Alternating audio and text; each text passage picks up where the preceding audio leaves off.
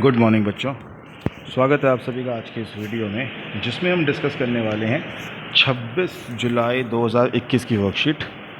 पहले साइंस, फिर मैथ्स और फिर इंग्लिश की। तो शुरू करते हैं विज्ञान की वर्कशीट को। आज की जो वर्कशीट है वो धातु और अधातु के बारे में आई है।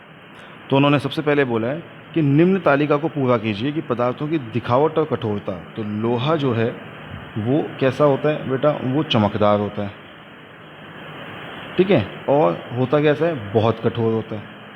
ऐसे ही कोयले की बात करोगे तो कोयला जो होता है वो निष्प्रभाव होता है, वो चमकदार नहीं होता, और कठोरता में बहुत कठोर वो नहीं होता। एल्यूमिनियम की बात करोगे तो एल्यूमिनियम फिर दोबारा एल्यूमिनियम चमकदार है, और कठोरता कैसी है? बहुत कठोर।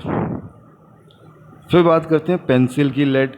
तो पेंसिल की लेड जो होती है वो भी निष्प्रभाव होती है। निष्प्रभाव का मतलब होता है कि जिसके अंदर ना जो इतना चमकदार नहीं है, तो ये भी निष्प्रभाव है, और कठोरता में भी बहुत कठोर नहीं होती। फिर फास्फोरस की बात करोगे तो फास्फोरस भी निष्प्रभाव होता है, और दिखने में भी इसमें भी बहुत कठोर नहीं होता, क्योंकि ये अधातु है। चलिए आगे बढ़ते हैं। क्रियाकलाप पहला है। पहला क्रियाकलाप आपसे कहता है कि एक लोहे की कील, एक कोयले का टुकड़ा, एक मोटे एल्यूमिनियम तार का टुकड़ा और एक पेंसिल लेड लीजिए। लोहे की कील लेकर उसे हथौड़े द्वारा पीटिए, परंतु ध्यान रहे इस प्रक्रम में आप स्वयं को चोट ना पहुंचा ले। तो ये अलग अलग चीज़ों को पीट के देखते हैं। तो ये देखते हैं कि जो लोहे की कील है, मतलब जो चीज़ें धातु की बनी हुई हैं वो चपटी हो जाएंगी, ठीक है। जैसे आपने एल्यूमिनियम की फॉयल देखी होगी तो वो चीज़ें चपटी हो जाती हैं, जबकि जो चीज़ अधातु की बनी हुई होती है वो टूट जाती हैं। तो इनमें से कौन कौन सी चीज़ें टूटेंगी? इनमें से जो लोहे की कील है वो चपटी हो जाएगी, जो एल्यूमिनियम की तार है वो भी चपटी हो जाएगी, और पेंसिल की लेड और कोयले का टुकड़ा ये दोनों टूट के टुकड़ों में बदल जाएंगे। चलिए, मुझे लगता है कि बहुत बढ़िया आपको समझ में आ गया होगा ये। अगला क्रियाकलाप देखते हैं। वो लिखा है, याद करिए किसी वस्तु में विद्युत का प्रवाह होता है या नहीं। इस प्रशिक्षण को करने के लिए विद्युत परिपथ कैसे बनाया जाता है। आपने कक्षा छठी में विभिन्न वस्तुओं के साथ एक क्रियाकलाप किया होगा, तो हमको पता है कि जितनी भी धातुएं होती हैं वो सभी विद्युत की सुचालक होती हैं, और अधातुएं विद्युत की कुचालक होती हैं। तो वो कह रहा है पदार्थ और उसकी सुचालकता आपने हमको बतानी है। तो लोहे की छड़ जो होती है वो सुचालक होती है। पेंसिल की लेड भी सुचालक होती है। कोयले का टुकड़ा जो होता है वो कुचालक होता है। कॉपर का तार भी सुचालक होता है। रबड़ कुचालक होता है। धातु का शार्पनर, अब धातु का शार्पनर है तो सुचालक होगा। और प्लास्टिक का स्केल जो है वो कुचालक होगा। तो आप फटाफट ये आंसर अपनी कॉपी में लिख लेंगे कि कौन से सुचालक हैं और कौन से कुचालक हैं। हम आगे बढ़ते हैं। आपकी जो अगली वर्कशीट है वो है वृत्तों के क्षेत्रफल से संबंधित। वृत्त मतलब एक गोला। तो वृत्त का जो क्षेत्रफल होता है, क्षेत्रफल का फॉर्मूला होता है पाई आर स्क्वायर, और परिधि का होता है 2 पाई आर। परिधि मतलब ये बाहर का गोला 2 पाई आर। एक वृत्त संपूर्ण कोण होता है, अर्थात किसी वृत्त के कोण का माप 360 डिग्री। तो ये भी आपको ध्यान रखना है कि किसी भी वृत्त के कोण का जो माप होता है वो 360 होता है। फिर कहते हैं कि त्रिज्याखंड का क्षेत्रफल। तो त्रिज्याखंड जो का जो कोण होता है उसका क्षेत्रफल होता है θ/360, और वृत्त का क्षेत्रफल क्या होता है? पाई आर स्क्वायर। एक उदाहरण देके उन्होंने समझाने की कोशिश की है, हम सीधा क्वेश्चन से समझेंगे। अगला है त्रिज्याखंड के चाप की लंबाई। तो त्रिज्याखंड के चाप की लंबाई भी बिल्कुल वही होती है, बस यहाँ फॉर्मूले में परिधि लग जाता है। परिधि मतलब ये पूरा बाहर का जो होता है, परिधि का मतलब 2 पाई आर। तो θ/360 2 पाई आर। प्रश्न देख लेते हैं आज के। पहला प्रश्न है, एक वृत्त ऐसा कोण है जिसका माप, तो अभी हमने किया था कि वृत्त के कोण का माप 360 डिग्री होता है। त्रिज्याखंड दो त्रिज्याओं और संगत कोण से घिरा वृत्तीय क्षेत्र है। चित्र को देखकर उत्तर दीजिए। थीटा, तो बेटा थीटा मतलब एंगल, थीटा हो गया मेरा 90 डिग्री, और आर हो गया त्रिज्या यानी कि 4 सेंटीमीटर। अगला प्रश्न है कि 3.5 सेंटीमीटर त्रिज्या वाले वृत्तखंड का क्षेत्रफल ज्ञात कीजिए। तो एक गोला है, ठीक है, उसकी त्रिज्या दे रखी है 3.5।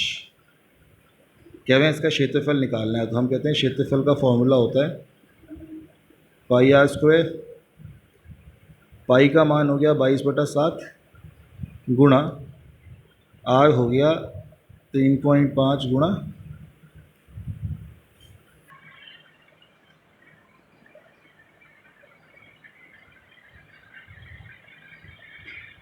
अब देखिए यहाँ से पॉइंट हटा बटे में 10, यहाँ से भी पॉइंट हटा बटे में 10, ये सब कट जाएगा। 7 पंजे 35, 5 दूनी 10, ऐसे ही 5 सत्ते 35, 5 दूनी 10, 2 से गुणा करेंगे तो ये आ जाएगा 11।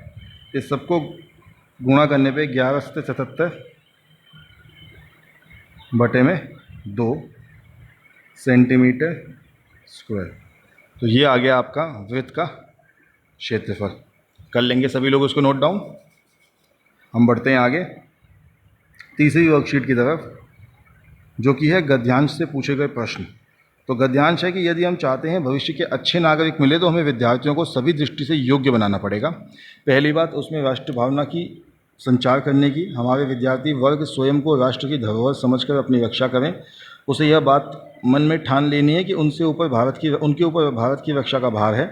उन्हें स्मरण रखना होगा कि उस महान राष्ट्र का नागरिक होने जा रहे हैं जिसे आदिकाल से ही वासुदेव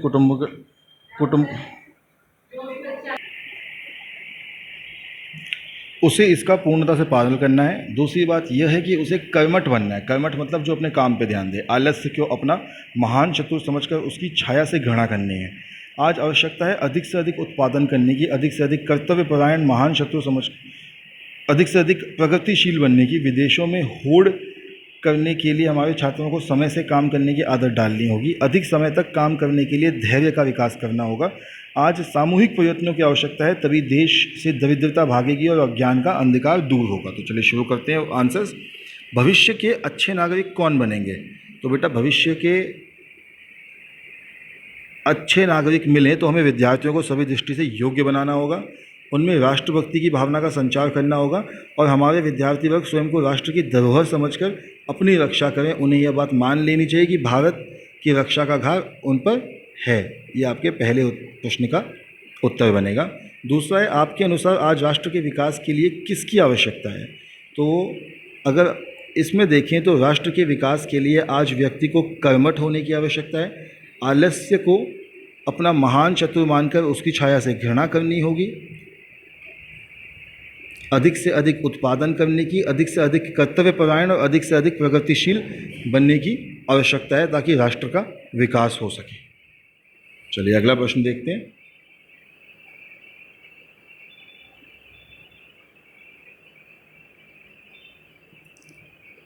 अगला है कि विद्यार्थियों की किस सामूहिक योगदान से राष्ट्र की प्रगति हो सकती है? तो बेटा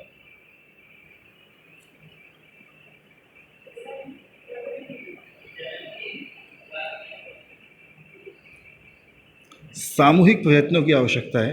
कौन से सामूहिक परिवर्तन? अधिक समय तक काम करने के लिए धैर्य का विकास करना होगा और आज सामूहिक प्रयत्नों की आवश्यकता है, तभी देश से दरिद्रता भागेगी और अज्ञानता का अंधकार दूर होगा। चौथा है, वासुदेव कुटुंबकम का अर्थ समझाइए। इसके लिए आप अपने शिक्षकों या बड़ों को की सहायता ले सकते हैं। तो मैं आपको बता दूं, वासुदेव कुटुंबकम का मतलब होता है कि सबको एक परिवार समझना। तो अगर हम सबको अपना परिवार समझेंगे तो जो बाहर से आने वाले, विदेशों से आने वाले लोग हमारे देश में घूमने के लिए आते हैं, उनको हम उनका और ध्यान रख पाएंगे। और ध्यान रखेंगे तो हिंदुस्तान में इतनी जगहें हैं घूमने के लिए जिसमें विदेशों से आने वाले लोग आएंगे और उसके बाद जो दुकानें वहाँ पर हैं, जो व्यापार हैं, वो सब पूरी दुनिया में फेमस होगा। वो तो दुनिया में उसका नाम होने लगेगा। गतिविधि है कि आपके अनुसार आप अपने देश की प्रगति में क्या क्या योगदान कर सकते हैं, अपने मित्रों से चर्चा कीजिए। तो ये बिल्कुल वही है जो हमने तीसरा प्रश्न लिखा था और दूसरा लिखा था, वही बिंदुओं को आप इस आंसर में दोबारा लिख देंगे। छठा प्रश्न है, गद्यांश को उचित शीर्षक सोच कर लिखिए। तो इसका शीर्षक जो होगा वो होगा भविष्य का विद्यार्थी।